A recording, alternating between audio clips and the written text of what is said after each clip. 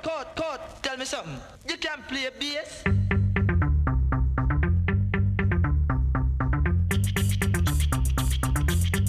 You can play drum?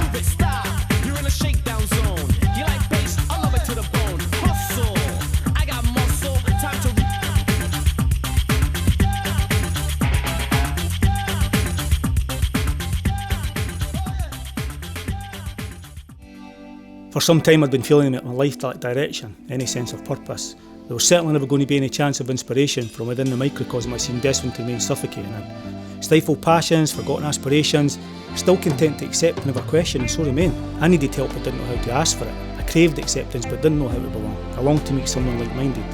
There's obviously an awkwardness around conversations involving loved ones, especially when dealing with the only real issues of life, and I never liked asking questions on things that troubled me. I desperately needed help, desperately needed peace of mind.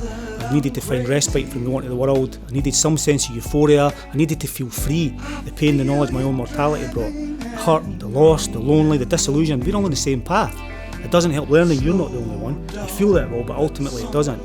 However, when you do find these people, some of them will be beautiful and have a lasting impression on your soul. Andy came home for his court appearance on the 17th of August, and I hung around outside the actual court building because I hated being inside, confined, trapped with all the forgotten elements of a disaffected society. When everyone else had went, Andy indicated for me to walk with him. We walked and talked. I glanced sidelong at him as we walked down the new town. He was deeply tanned and looked healthy. He spoke to me excitedly about Crete, the town he was living in, Malawi, living like a king, having the time of his life. Kenny, you'll love it one day. I agreed to go back with him there and then. It was Tuesday the 22nd of August 1989 and we were in London. I wanted to walk Oxford Street and Andy wanted to find Soho. We emerged from the subway at Hyde Park, we walked on towards Marble Arch and I knew Oxford Street was nearby. The angry rush hour traffic with horns blazing was now in full voice as we passed the car showrooms on Park Lane. We swaggered down Oxford Street stopping for a cheeseburger and coke at a wimpy bar and sitting listening to two barrow boys touting for custom. We lifted some fruit from them as we passed. The street was alive, much busier than Edinburgh, full of different ethnicities. I'd never seen so many different types of people and styles before, all massed together in this vibrant display of big city life, captured by me on this warm, hazy, sunny morning and committed to memory. We wandered into Soho in Chinatown about noon. It was thriving. Andy's eyes lit up at every type of sleazy attraction he could wish for. All around us were scantily clad women, prostitutes, transvestites or transsexuals, but definitely men. This particular one was intent on catching their attention and not being very subtle about it. He was at least 6'4", and that was without his high heels, under a big blonde afro wig, a boob tube showing his full, well-defined abs, and wearing a miniskirt under a full-length fur coat. He's looking at you, Andy. Fuck off, Andy roared. He's looking at you. That was the first time I could remember us debating who was getting eye for someone before, but he was definitely looking at Andy. Departing the airport there wasn't much to see because of the heat haze, but I could still make out hillside houses, dimly lit and gleaming warmly as the morning sky changed colour. We were just walking and talking and looking and laughing, and I hardly noticed the morning darkness totally disappear and the sunshine slip in. It wasn't until we passed a stretch of water with some boats in it that I noticed how blue the sea was. The boats all seemed to be ultra white, the sea a brilliant blue. The surrounding buildings were tatty with patchy paint stripped walls and the streets scattered with litter, but they basked in a golden yellow glow. I got a feeling of pure optimism, one of those rare moments of elation as the morning sunshine penetrated my being and emanated out through me. We took a walk around the harbour and sat at the edge of the water looking around the port as it opened out to the sea.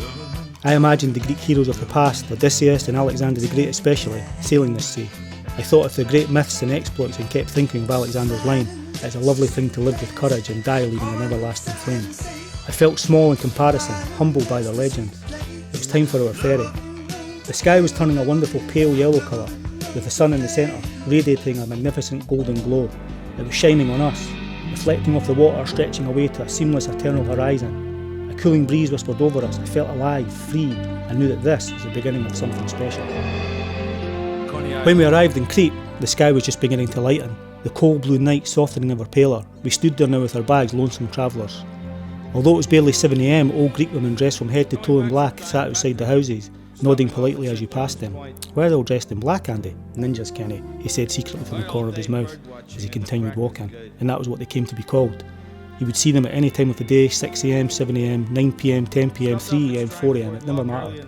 After that, I never passed through the old town without seeing them, either on the steps or more spookily at the windows peering out, custodians of the old town or eerie reminders of lost youth. One day when we were there, we hired a motorbike, and I'll never forget the thrill of roaring along with the sun on our backs and time on our side, an almost ethereal feeling, perhaps caused by the heat haze of otherworldliness, of almost being withdrawn and being able to look up at yourself from above, as if knowing that one day you will look down on us and reflect on it, taking part in something but knowing it's going to be alright, marking your time as these events shape your life, knowing that the years will pass and you'll be richer from the experience. I can't express enough that feeling from the sun, the warmth that permeates the air it engulfs you. I had the sense of being ensconced in a warm blanket of protection. We were open to it. We weren't having to fight against the cold, adverse weather conditions of home. We were burning brightly in this picture of life under the clearest sky I'd ever seen, and I'd never been so vibrant and alive. While we were there, I met some of Andy's pals. A guy called Julian who got me a job beside him in Flash, the nightclub, and on our first night together we met the new DJ. The guy was a wank. He was 40ish, receding dark hair, tight denims, leather jacket, and sporting the foolproof way to identify a tool, cowboy boots. Worse still, they had metal toe caps. The only thing that salvaged any pride for him was the fact that he didn't get off a bus with his crash helmet under his arm, but arrived on an impressive Harley Davidson straight from the set of The Wild One. Most Greeks like to own motorcycles of some description. It was the one thing they all aspired to. They ranged in affordability from the lowly chicken chasers to the automatic scooters the tourists favoured, to the Vespas, to the trial bikes, to the upper echelons of the bike world, a Harley or a high-powered BMW. Julian knew a bit about bikes, so he was suitably impressed by Ali. I knew nothing about bikes and cared even less, apart from the fact I'd almost killed myself 3 years earlier on a Suzuki motocross bike. It did look like a nice bike, but I didn't give it a second glance, and Ali took my disinterested look for jealousy and sneered at me, thus beginning a mutual dislike of one another. He used to sit outside Flash talking to her, sitting astride his Harley side on, one trouser leg ever so slightly pulled up just enough to reveal he was wearing cowboy boots, Marlboro on the side of his mouth, eyes slightly squinting as he talked to us through a plume of smoke, a horse's cock personified. He made our task impossible. I mean, we were trying our hardest to attract people into a nightclub to convince them this was the best place in town, and here was this unfashionable cunt.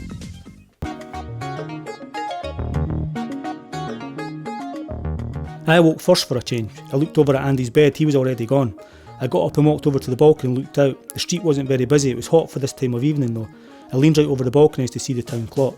The apartment was much hotter than usual. I stood out on the balcony in my towel hoping to catch some cool breeze. The breeze was warm, so I went back inside and sprayed myself all over with deodorant. The wind seemed to be carrying an awful lot of dust and grime. The short sharp gusts blew into your eyes and the intense day dry heat made you catch your breath. By 1 a.m, the wind was swirling dust up into the air like mini tornadoes and beginning to shake the signs on the bars and hurl paper and litter up into the air. The air was hot now, uncomfortably hot, like during the day. I'd never been in a sandstorm before.